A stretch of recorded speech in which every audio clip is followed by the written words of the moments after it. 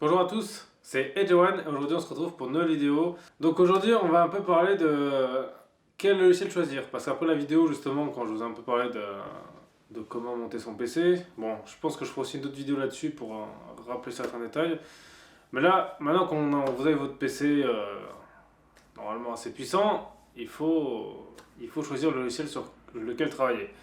Donc là, je vais plus parler de 3D que de VFX. Donc, c'est-à-dire, ça va plus être des logiciels 3D que forcément du After Effects ou du Nuke ou quelque chose comme ça.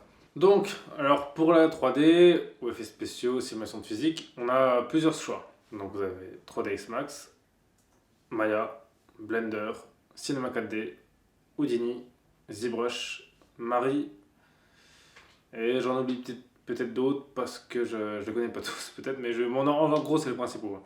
Si après il y a peut-être d'autres, mais en général c'est ceux-là qu'on utilise le plus.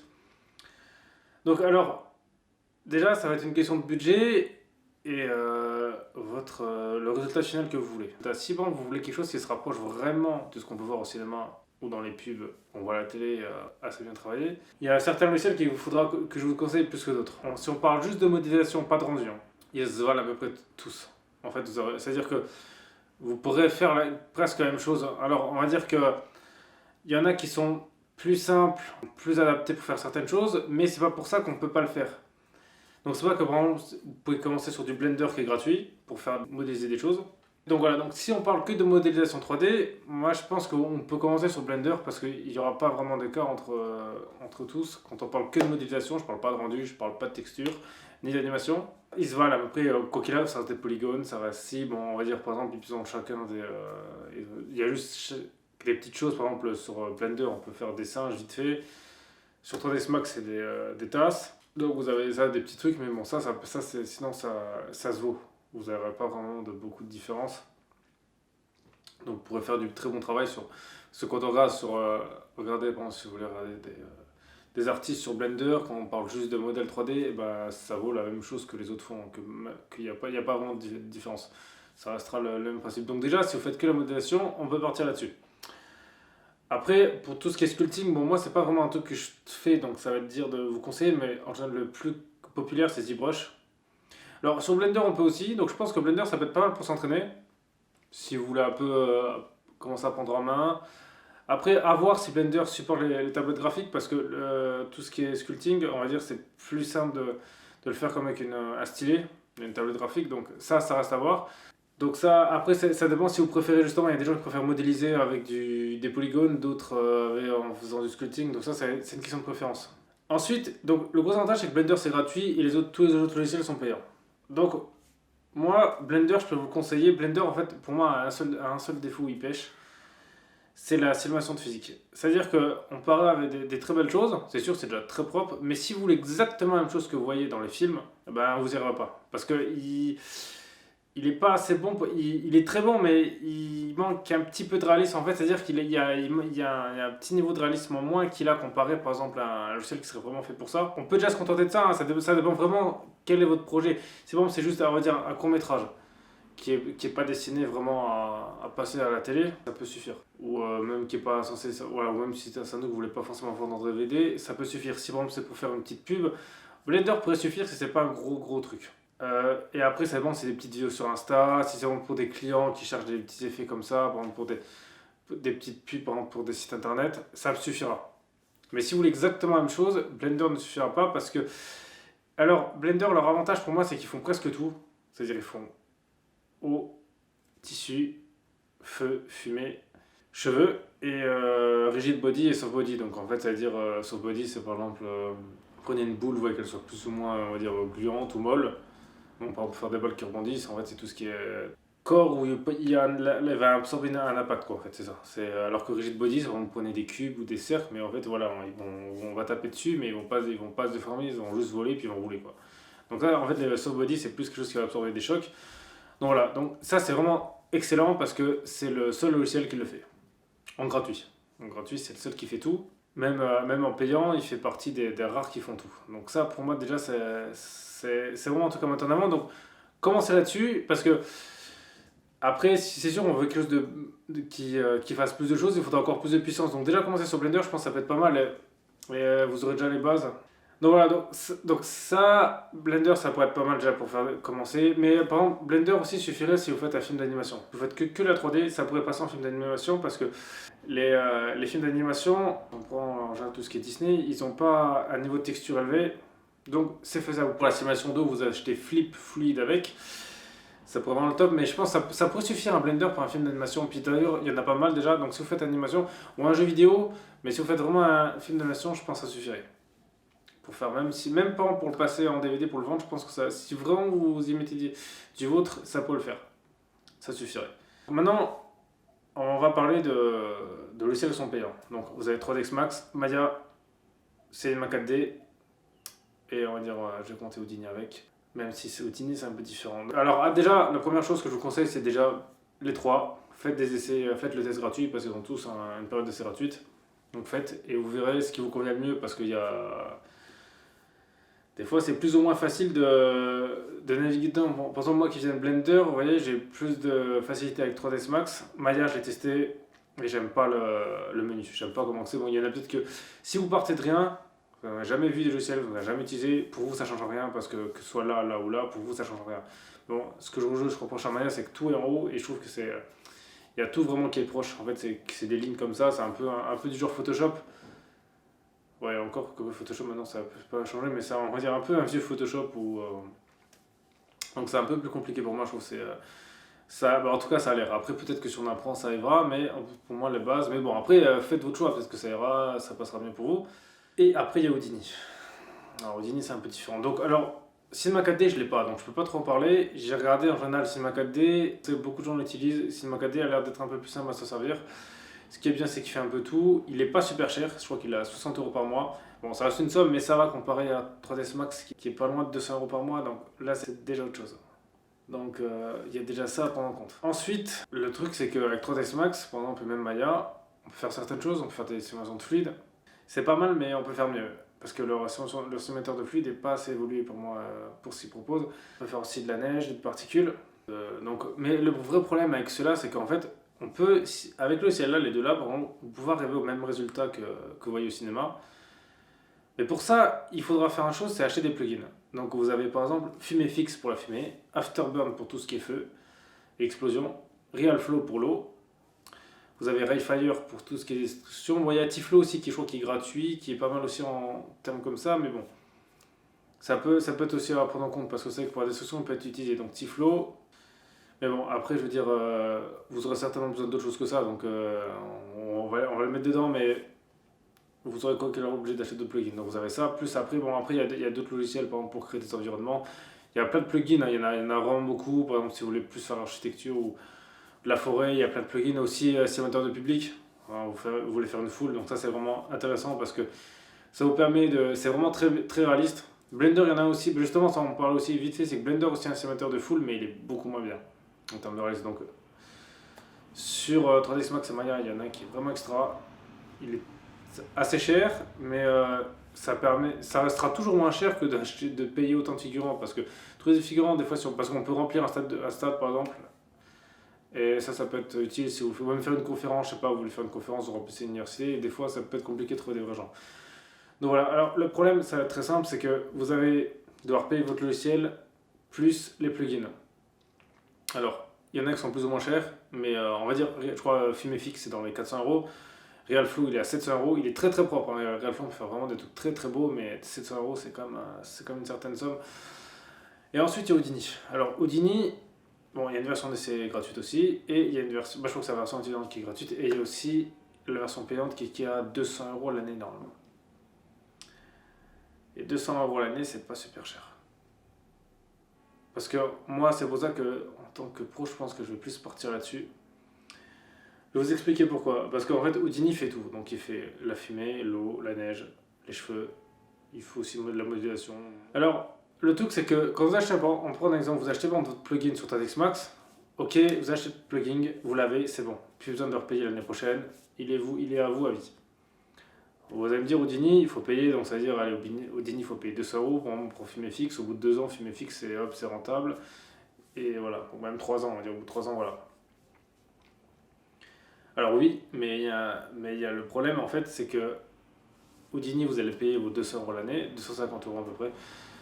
Mais Houdini se met un jour. Il y a des nouveautés, bon, pas chaque année, mais il y a des nouveautés. Et le truc, c'est que les plugins, genre FumeFX, RealFlow, Afterburn, ils se mettent aussi à jour. Il y a aussi des nouvelles versions. Et le problème, c'est qu'il faut les payer, les mises à jour. Donc certes, moins cher que le plugin, c'est-à-dire, par exemple, je vous donne un exemple, je suis pas trop sûr des prix, mais on va dire, par exemple, vous payez votre plugin à 400 €, on va dire la mise à jour coûtera 100 € par exemple. Donc ça sera toujours ça à rajouter en plus. Alors que, donc là, en termes de rentabilité, ça s'amoindrit. Parce que des fois, les nouveautés sont quand même assez importantes. Par exemple, pour prendre des optimisations en fonction de nouvel hardware ou prendre des nouveaux effets. Donc c'est déjà ça le problème. Le problème, c'est que vous allez le payer, mais au final, vous allez avoir continué pour payer les mises à jour. Donc pour moi, c'est pas rentable. Et donc ça sera peut-être rentable, mais allez, sur 5-6 ans. Et puis je pense que si là, dans 5-6 ans, vous êtes toujours dans le milieu là, c'est que vous avez réussi à faire gagner votre vie, et je pense pas que vous êtes vraiment à 100 € près. Donc, et puis en plus, Houdini permet vraiment de tout faire. Bon, Houdini est vraiment, il a l'air d'être compliqué à apprendre, mais c'est exactement le logiciel que les pros utilisent, donc pour moi, c'est sûr un peu à mettre en avant. Qui permettra de... Puis aussi l'autre chose, c'est que quand on change d'ordinateur, et ben, des fois, ok, on peut récupérer le disque dur, mais si on doit tout réinstaller le plugin, des fois, parce que si on voulait vraiment changer le disque dur et tout, c'est vraiment galère. Parce que quand on a le logiciel, hop, on l'installe, c'est bon. Mais là, vraiment, moi, pour After Effects, je sais quand je vais devoir le changer, il y en a plein, et tous les réinstaller, tous les mettre, même les tout gratuits, les fichiers, hop, les presets qu'on a mis, ben, c'est assez long, c'est galère, et si on peut éviter de faire ça, ça peut être pas mal. Voilà, donc ensuite, pour moi, donc voilà, moi je conseille ça. Après, si vous avez déjà si vous pouvez, si par exemple vous avez déjà testé FumeFX ou des autres, ça marche, voilà. Après, faites comme vous voulez, mais moi, c'est juste un conseil en fonction du budget. Donc ensuite, il y a les moteurs de rendu. Alors aussi, là, le truc, c'est que Blender, ben, leur moteur de rendu, il est bon, mais c'est pas du niveau pro. Donc sur Houdini, il faudra acheter un autre. Donc il y a Octane et V-Ray. Donc V-Ray va arriver bientôt. V-Ray est utilisé par la plupart des grands studios. Puis il est pas super cher, il est à 60 € par mois, c'est pas énorme. Donc 60 € par mois, et bien, il ne faut pas le voir comme ça. Moi, ce que je conseille de faire, c'est simple, c'est que vous faites un max de fichiers, puis à la fin, vous exportez tout. Comme ça, vous ne payez pas un an, vous payez juste 1 ou 2 mois, et puis c'est bon. Ou alors, il y a la forme de rendu. À voir si c'est plus ou moins cher. Donc, il y a ça. Bon, donc ensuite, après, ça aussi, c'est un truc important, parce que les moteurs de rendu, en fait, sur YouTube, regardez, il y a beaucoup de comparaisons. Par exemple, prenez une explosion, et ben, ils vont le tester sur Redshift, Arnold, Mantra et V-Ray, et les résultats sont jamais pareils. Donc ça, c'est un truc que je vous conseille de regarder, parce que en fonction de ce que vous faites, il y en a qui sont plus ou moins bons. Il y en a qui sont plus ou plus... C'est même pas si ils sont bons, c'est une question de... Bon, on va dire pour moi le moins bien c'est Redshift, parce que c'est le plus rapide. Donc vu qu'il est le plus rapide, il est un peu moins bon en termes de... Mais bon, après c'est une question de coût, quoi. En général, c'est vrai que ils sont assez proches, comme dans, on va dire, V-Ray, Arnold et Mantra, ils sont vraiment assez proches. Donc je pense que peu importe celui que vous choisirez, de toute façon vous serez comme propre. Ça, c'est vraiment pour chipoter si vous voulez vraiment quelque chose de bien spécifique. Donc voilà, donc ça, et puis aussi en fonction de votre PC, par exemple, le truc c'est que si vous allez, en fait, si vraiment vous avez un PC où vous avez mis plusieurs cartes graphiques, il sera mieux optimisé. En fait, il marchera mieux au moteur de rendu, mais il sera pas forcément mieux sur Houdini. Parce qu'il y a ça aussi à prendre en compte, c'est que Houdini, quand vous faites un rendu dessus, il n'utilise qu'une seule carte graphique. Il n'utilise pas...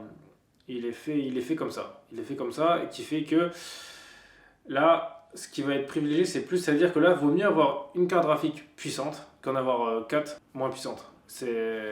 Alors que le moteur de rendu, en général, c'est différent. Donc c'est pour ça qu'Houdini, c'est un peu différent.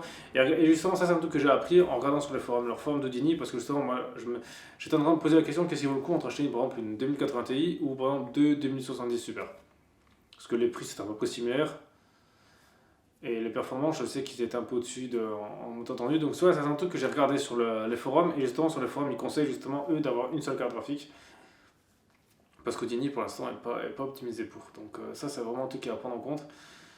Et c'est pour ça que je pense que les pros, les gros studios, à mon avis, ont un PC justement pour tout ce qui est Houdini, ou simulation, et un autre pour tout ce qui est rendu. Donc c'est ça aussi qu'il y a à prendre en compte, c'est-à-dire que si vous avez un PC qui a plusieurs cartes graphiques, Là, ce serait peut-être pas idiot de faire ça sur par exemple 3ds Max. Parce que en termes de rendu, ce sera plus rapide. Bon, après, c'est vrai que après, voilà, après, c'est une question à visiter, mais c'est vrai que vous, qu'on met, par exemple, vous mettez une journée ou une journée et demie, au final, c'est pas grave, quoi. C'est pas ça le plus important, mais bon, si vous voulez vraiment optimiser, c'est pour ça que quand vous avez construit votre PC, ça aussi, c'est un truc à prendre en compte. Parce que en fonction de ce qu'on utilise, eh ben, c'est plus ou moins efficace, quoi. Ah, aussi, il y a aussi les tutos. En fait, sur les tutos, on trouve le plus, c'est Blender, parce que Blender, justement, il est gratuit. Bon, après, on sait que 3ds Max, il y en a beaucoup qui l'ont illégalement, donc c'est pour ça qu'il y en a beaucoup. Et Houdini, là, c'est plus compliqué, il y en a très peu. Là, Houdini, en français, c'est pas énorme. En français, c'est sûr qu'il y en a, mais c'est pas la folie. Donc, ça, c'est sûr qu'il faudra. Ça va être plus compliqué à apprendre. Bon, après, je sais que c'est une bonne chaîne YouTube, quand même. J'ai regardé, elle est assez complète. Il y a quand même pas mal de choses, donc c'est pas mal. Et la simulation aussi est un peu différente. Bon, après, je referai une vidéo dessus quand je pense que je l'aurai. Parce que dans les projets que je veux faire, je pense que pour moi, c'est indispensable. Et puis, l'avantage aussi, c'est que sur Houdini, c'est exporté en VDB. Et le VDB, c'est un format de fichier qui permet en fait de créer, par exemple, vous savez créer de la fumée, ben, en fait ça va exporter comme un peu on va dire, quand vous exportez en PNG, ça va faire des fichiers l'un après l'autre parce qu'en fait on peut pas vraiment exporter une simulation de physique, donc ça exporte comme ça. Donc l'avantage c'est que Blender, la version 2.83, lit les fichiers VDB, pas 3ds Max de base. Donc ça aussi c'est important, c'est pour ça que la combinaison parfaite pour moi, je pense que en termes de, si on veut pas dépenser énormément, je pense que c'est Blender Houdini. Franchement, ça peut être parfait. Et sur Blender, moi, ce que je conseillerais, c'est justement juste changer le moteur de rendu. VR va arriver bientôt. Donc pour moi, ça pourrait être même déjà Octane, prenez déjà Octane, ça pourrait permettre parce que si vous faites ça sur le 3ds Max, et ben, ça risque d'être compliqué parce que je crois pas qu'Arnold il lit les VDB. Et donc il faudra acheter Octane dessus, donc ça peut être un problème. Ça peut être un problème parce qu'on a beaucoup qui utilisent Octane. Ou même, après, il y a un autre logiciel que je vous parlerai qui permet justement de créer du feu facilement, de la fumée. Bon, il est payant aussi, mais il est super simple. Il permet vraiment de ne pas s'embêter avec la simulation de physique, parce que la simulation de physique, si vous avez déjà testé, vous verrez que si vous voulez vraiment le résultat que vous voulez, c'est galère. Parce que faire de la fumée ou du feu, hop, dans un cube et hop, ça passe comme ça c'est simple. Faire vraiment ce qu'on veut, c'est différent. Ça, parce que c'est vrai, quand on regarde sur YouTube, il y en a plein. Hein. Vous faites de la fumée, c'est hop, de la fumée comme ça qui va droit. Mais si vous voulez faire vraiment un truc, par exemple, je sais pas, qui sort dans un tuyau d'échappement, ou vraiment une fumée vraiment bien précise, c'est pas la même chose. Donc voilà, après sur Blender aussi, la donne, comme j'ai parlé, Flip Fluid, qui est vraiment très propre. Alors, je l'ai pas testé, mais de ce que je vois, c'est qu'il se rapproche vraiment de RealFlow. Alors, peut-être qu'il est un peu moins bien, mais il est pas, en plus, il est pas super cher, 75 euros, comparé à 700 ou 700 euros, c'est vraiment pas mal. Après, c'est les mémoires cache. C'est vrai que quand j'ai vu certains youtubeurs qui font des. Il y en a qui montaient jusqu'à 900 Go de mémoire cache avec celui-là. Mais bon, ça après, c'est. Ça, après, c'est ça, dès qu'on va un truc propre, et ben, ça va être long, quoi. Aussi sur Blender, on va dire, le petit avantage, c'est qu'ils ont un autre moteur de rendu qui s'appelle Eevee qui est super rapide. Donc, ça, c'est un avantage. Il est rapide, ça c'est sûr, il est rapide, mais il est moins bon que Cycles, quoi. Ils ont donc leurs deux. Parce qu'il y a beaucoup de gens qui préfèrent aller vite, mais le truc d'aller vite, c'est que oui, ça va vite, mais ça va vite, c'est parce que c'est moins bien certaines choses. Alors, Eevee, pour moi, ceux qui l'utilisent, il est bien pour une seule chose, c'est qu'il est pour faire tout ce qui est réflexion et lumière, il est pas mal parce qu'on peut régler plus facilement les réglages. En fait, vous avez Screen Reflection, le Bloom, tout ça, c'est plus simple pour régler. Ça, voilà, pour moi, c'est juste l'avantage par ça. Cycles, et aussi, il est bien si par exemple, justement, vous faites des fichiers trop lourds et que Cycles ne l'ouvre pas, parce que c'est que Cycles faut comme la puissance. Mais en termes mais quand vous faites après des rendus, vous faites les deux mêmes. Cycles se rapproche vraiment comme du truc réaliste. Eevee, un exemple tout bête, faites une simulation d'un objet qui va dans l'eau. Le gros problème avec Eevee, c'est qu'on ne voit pas à travers l'eau. Avec Cycles on voit. Donc ça c'est des petits détails mais qui font que pour moi qui font la différence, quoi. Donc c'est pas. De toute façon quoi qu'il arrive, hein, si vous voulez du réalisme et se rapprocher du cinéma, ce sera long et puis il faut plus de puissance, il faut mettre les moyens, quoi. Donc après ça dépend ce que vous voulez, c'est pour ça que ça dépend vraiment de. La vidéo là, c'est pour ça que ce que je l'ai faite, mais ça dépend vraiment si vous voulez quelque chose qui s'approche vraiment du cinéma ou du truc simple qui passe, parce que si par exemple, je sais pas, vous faites vidéaste pour des écoles de petits reportages et hop, vous avez envie de vous faire un petit délire et hop, on rajoute un petit effet classe comme ça passe. Pas besoin de prendre du truc très cher. Mais parce que ça dépend vraiment de votre public. Si vous voulez par exemple le vendre, faire remarquer, faire quelque chose, là vous êtes obligé de mettre les moyens. Et après c'est beaucoup de temps parce que ça c'est énormément de temps parce que vous avez ça, plus après il y a tout ce qui est après, il y a l'intégrer dans votre logiciel, après dans vos vidéos. Donc voilà, après si vous faites l'animation 3D, ce sera peut-être aussi autre chose. Un film d'animation, Blender je pense suffit largement. Parce que quand on regarde les Disney, pour les films d'animation, vous voyez les personnages sont vraiment très lisses. Donc il n'y a pas besoin d'avoir un moteur de rendu qui vous fasse des texturing de fou, et même avec justement je pense que même sans même rajouter texture, je pense qu'il y aurait même besoin, on pourrait, parce que quand on voit certains films, ils sont vraiment, les personnages ont vraiment pas de relief. Quand vous prenez le personnage dans Monstre Compagnie, la boule verte là, voilà, il a aucune texture, il a aucun relief, donc c'est pas, hop, on dirait il prend le truc qui est vert, hop, on met un peu de bruit, de texture de bruit, et ça passe quoi. Donc voilà, donc c'est pour ça que Blender est pas mal sur en faire. Et puis regardez, il y a des films comme que tu fait en 3D avec Blender qui sont vraiment propres, qui pourraient passer au cinéma. Moi ça me choquerait pas parce que justement l'avantage c'est qu'on peut aussi créer, on peut aussi faire du dessin animé avec, on peut faire de la 2D. C'est pour ça que l'avantage de l'animation c'est ça, c'est qu'on peut avoir un style graphique un peu différent. Il y en a qui sont plus ou moins fans, donc ça peut permettre. Et puis justement des fois quand il y a une patte graphique un peu différente, les festivals aiment bien. Il y a beaucoup des fois qui sont primés à Cannes avec des pattes graphiques un peu spéciales, donc ça peut être une bonne idée. Et puis au moins ça vous ruinera pas. Même si Blender, en fait Blender, il a un avantage, c'est que il est aussi un peu sous-estimé pour une seule raison, c'est que on peut l'utiliser avec des configs qui sont pas ouf. Donc la majorité des gens n'ont pas des configs de fou.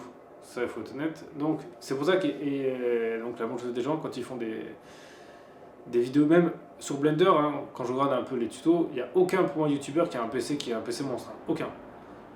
Il y en a que des PC puissants, hein, je suis d'accord, mais c'est pas non plus la folie quoi. Je veux dire, quand on regarde certains, on va dire le plus gros processeur c'est quoi? C'est un 3900X, c'est pas non plus, il est bon, mais c'est pas, voilà, il y a personne. Donc à cause de ça, malheureusement les gens peuvent pas savoir si c'est un logiciel qui pousse à fond, si on peut, parce que un exemple tout bête, en général quand je vois des simulations de fluide, je sais que le max il était à 1024 en résolution de fluide, et le max que j'ai vu moi sur des gens qui ont mis, c'était sur 700. Déjà, vu que les gens ne poussent pas Blender à fond, on ne peut pas savoir ce qu'il vaut.